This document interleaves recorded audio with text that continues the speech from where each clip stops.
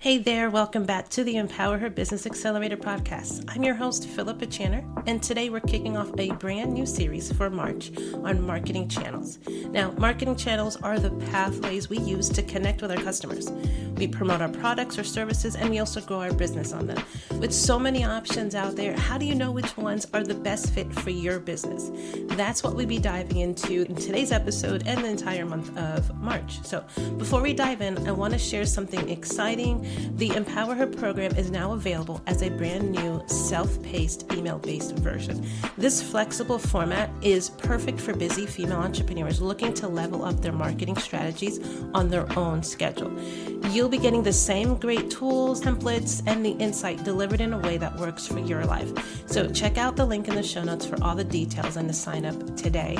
I think this is a great opportunity for you to be able to experience the transformation again at your own pace and time. All right, so now let's jump into today's topic, which again is identifying the best marketing channels for your business. Now, why does choosing the right marketing channel really matter? Not all marketing channels are created equal, and what works best for one business might not work for another. So choosing the right channels ensures that your message reaches the right audience at the right time, maximizing your marketing efforts and avoiding you wasting time, wasting resources, wasting effort. Right, so when selecting your marketing channels, you need to consider at least three things. First is your target audience. Where do they spend their time, online or offline? Next is, what are your goals? Are you aiming to increase brand awareness? Are you aiming to drive sales or build a community? What are you trying to accomplish in your business right now? And how are your marketing channels going to help you do that? And then last, your resources. What's your budget and your bandwidth for managing each channel effectively? I have 8 different marketing channels for you to consider. Okay, the first one, which is the most obvious one, I think when anybody thinks of marketing, they immediately think of social media. So you've got platforms like Instagram, Facebook, LinkedIn, TikTok. All of these platforms, though, whichever social media platform you choose, they all allow you to engage directly with your audience through posts, stories, videos, and possibly ads. These platforms are best for when you're building your brand awareness, engaging with followers, and showcasing your product or services visually. And some of the considerations you need to make for this platform is choosing a platform where your target audience is most active. Now, you may have a platform that you prefer and like, but if your audience isn't there, then you're actually wasting time. So you want to choose a platform where your audience actually resides and where they spend their time. All right, so that is social media. Another platform I really highly recommend is email marketing is one of the most effective ways to nurture leads and maintain customer relationships. So it's best for, sharing updates about your business, promoting some of the sales and offers you have, and actually building really long-term customer loyalty and really instilling that trust and building that relationship with them. Some of the considerations for this is you want to focus on personalization and crafting engaging messages. I love email marketing because, again, it's one of those things that you have the most control over. Social media, who knows if it's going to exist one day, or some of the main features that you really rely on could disappear because they believe it's not as impactful. That switch could completely change your whole marketing strategy and have you pivoting in an uncomfortable way. So I want you to really, invest in and spend some time looking at email marketing and how you can capitalize and utilize that for your business. So the next channel we want to introduce is search engine optimization.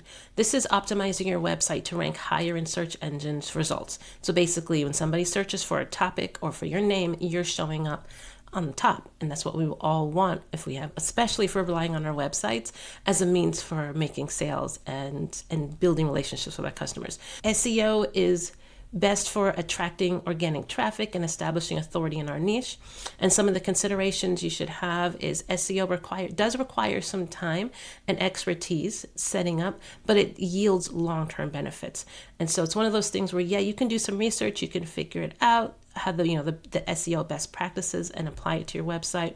You can also hire an expert. It's one of those investments that's worth it because when done properly, it's going to yield some good results. All right. The next channel we want to bring up is our content marketing. So this kind of touches on a lot of the channels that I've already mentioned. So you can apply content marketing in many ways. So like for instance, we've got blogs, which would be on your website, videos, which can be shared on your website or your social media, podcasts, which should be a channel by itself, but podcasts you can obviously record and have those shared and distributed on multiple channels. You can use content marketing, can be an infographic that you create that educates and engages your audience on a specific topic. All right, so it's best for content marketing is best when you're trying to build brand authority and trust. And some of the considerations you should have is you're focusing on creating value-driven content that resonates with your audience. Right, the next channel, which happens to be, again, one of my favorites, I feel like I say this often, but it is one of my favorites, is in-person networking. So this is connecting with others through your local chamber of commerce, through groups like BNI or other networking events. This is best for building personal relationships and gaining referrals and establishing credibility in your local business community.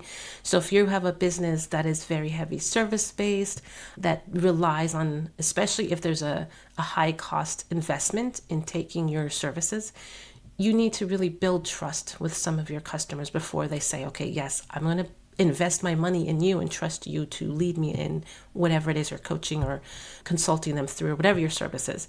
And so being able to meet them face to face and build that relationship, having them meet you and see your character will go a long way. All right, so some of the considerations you should have is networking requires consistency and a willingness to invest time in building genuine connections. And so don't expect to go to like 1 or 2 networking events a year and to make an impact and make a difference. This is something where if you find the right organization, you're showing up several times a month, really having people see your face and getting to know you. That way they can build that relationship and build that trust. All right, the next channel I want to share is print media. This is using local print ads or contributing to articles to local publications. And this is best for reaching local audiences and again establishing authority through trusted publications. So you find a local publication that already exists that has a nice audience, a lot of people read it, to be able to approach the editors and have an article that you write in those publications can go a long way to establishing some authority in your area. And then some of the considerations you need to have, though, is focusing on targeting publications that align with your audience's interest.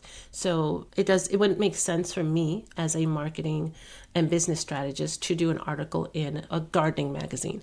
People who are looking at a gardening magazine are looking for specific things on specific interests. So you want to make sure that not only, especially if you're targeting a local area, you want to be in a publication that is distributed to that area and not a different area. So those are the type of things you want to make sure that you're focusing on. The next and second to last channel that I'm going to bring up today, we touched on it a little bit, is podcasting. This is specifically podcast guesting. So not just hosting your own podcast, but showing up on others' podcasts as a guest, appearing as a guest on other podcasts so you can share your expertise.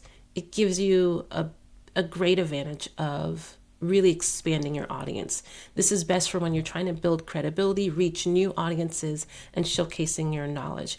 This is really good, especially when you have a product or service that you can distribute in multiple locations. It's not just limited to your local area, but you have a program that you can do online and your clients can be across the country, across the world, if anything.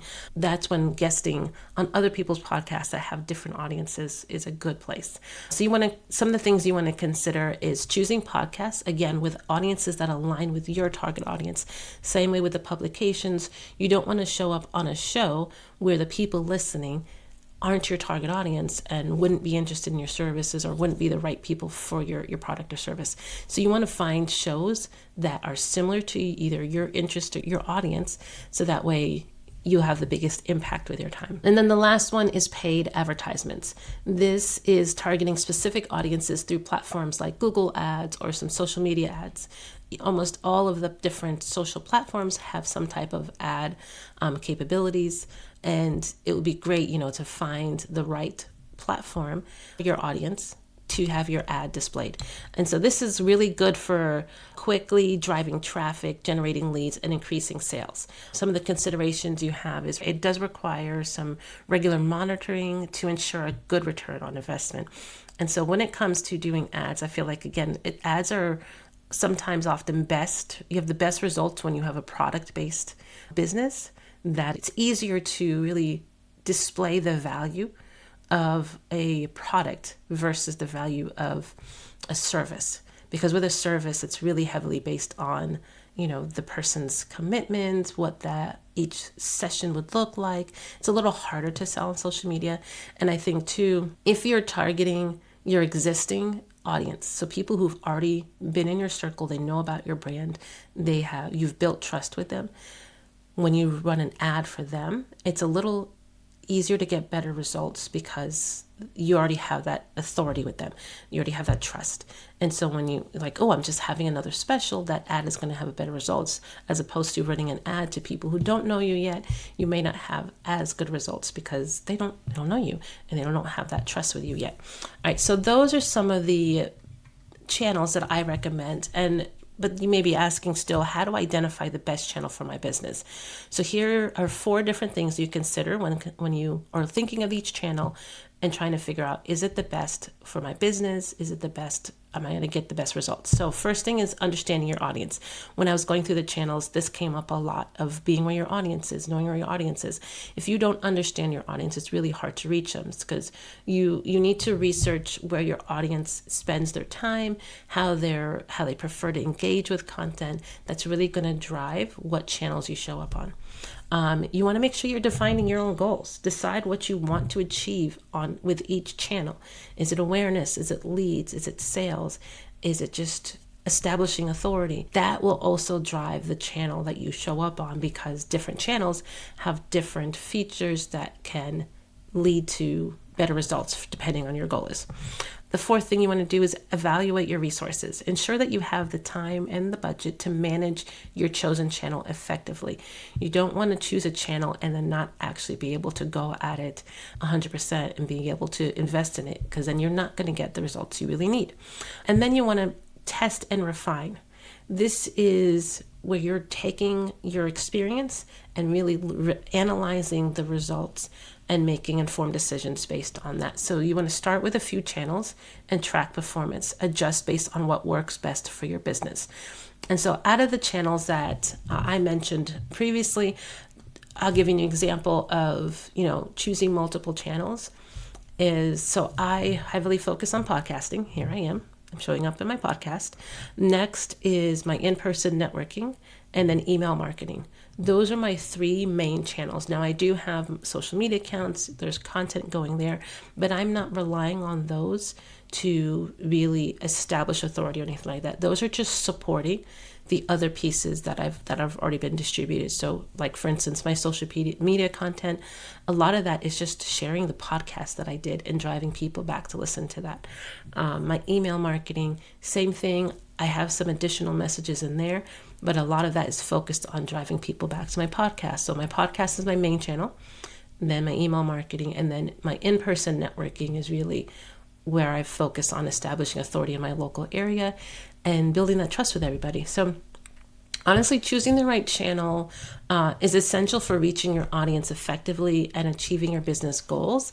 It is going to take time, but by exploring traditional channels like in-person networking and print media alongside digital options, you can create a nice, well-rounded strategy that works for your unique business and your unique situation. So thanks for joining me today. Next week, we're going to dive into how to maximize your reach on multiple platforms. So please make sure you don't miss that. And also remember, the EmpowerHer program is here to support you. We've got several different ways that you can engage in the program, with the latest being the email distributed way. So I would love to see you in the program and see how the results go. So make sure to sign up for that. Again, the links are in the show notes. Until next time, keep shining, and remember, the right marketing channels can make all the difference in connecting with your customers.